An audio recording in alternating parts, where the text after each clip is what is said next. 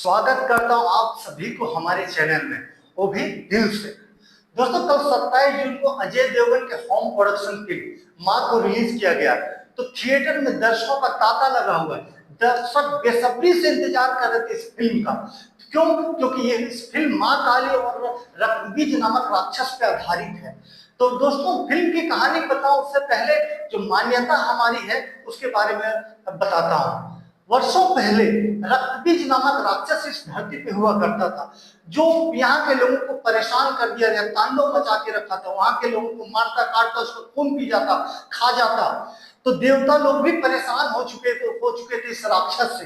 तो देवी देवताओं ने स्वर्ग में जाकर माँ पार्वती को ये कहानी बताई कि वो राक्षस धरती को रहने नहीं देगा। तो माँ पार्वती ने माँ काली का धारण करके इस धरती पे अवतरित हुई और उस राक्षस रक्तबीज को नरसंहार कर दिया।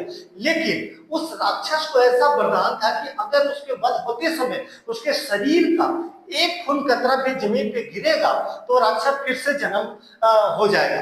माँ काली ने अपना काम सब ठीक ठाक से किया। अब बात करते हैं दोस्तों इस फिल्म की कहानी की। तो इस फिल्म की कहानी बस आधार यही है, पर थोड़ा बहुत कुछ चेंज किया गया है।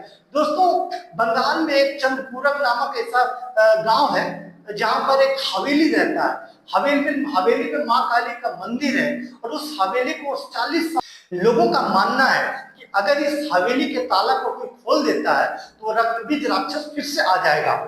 और यही गलती होता है काजल की बेटी से। काजल अपनी बेटी को गांव घुमाने के लिए गांव आती है, तो उसकी बेटी आश्चर्यचकित हो जाती है उस हवेली को देखकर, क्योंकि वो एक हेरिटेज महल है, वो देखना चाहती है। एक दिन उसकी लड़की उस हवेली का ताला खोलकर माँ काली का दर्शन करने चली जाती है और वो रक्तबीज नामक राक्षस फिर से दोबारा जन्म ले लेता है और उस गांव पे तांडव मचाना शुरू कर देता है। वहां की बेटियों का खून चूसना शुरू कर देता है। तो गांव वाले ने काजल पे इल्जाम लगाते हैं कि नहीं, तुम्हारी बेटी ने खोला, इसके लिए वो राक्षस फिर से आ गया, तुम्हें अपनी बेटी का बलि देना होगा। तो दोस्तों, एक माँ अपनी सगी औलाद का वध कैसे कर सकती है, कैसे बलिदान दे सकती है, ये काजल को बिल्कुल मंजूर नहीं था। उसने फैसला किया कि हम उस राक्षस से लड़ाई करेंगे, तो उसका वध करेंगे।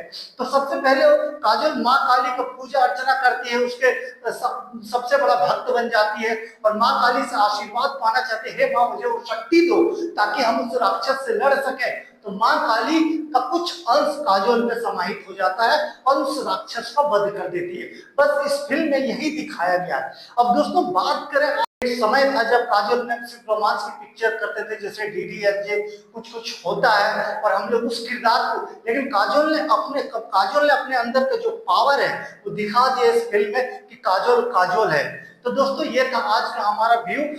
उम्मीद करता हूँ आपको ये वीडियो पसंद आया होगा और अब आपसे इजाजत लेते हैं। जय हिंद।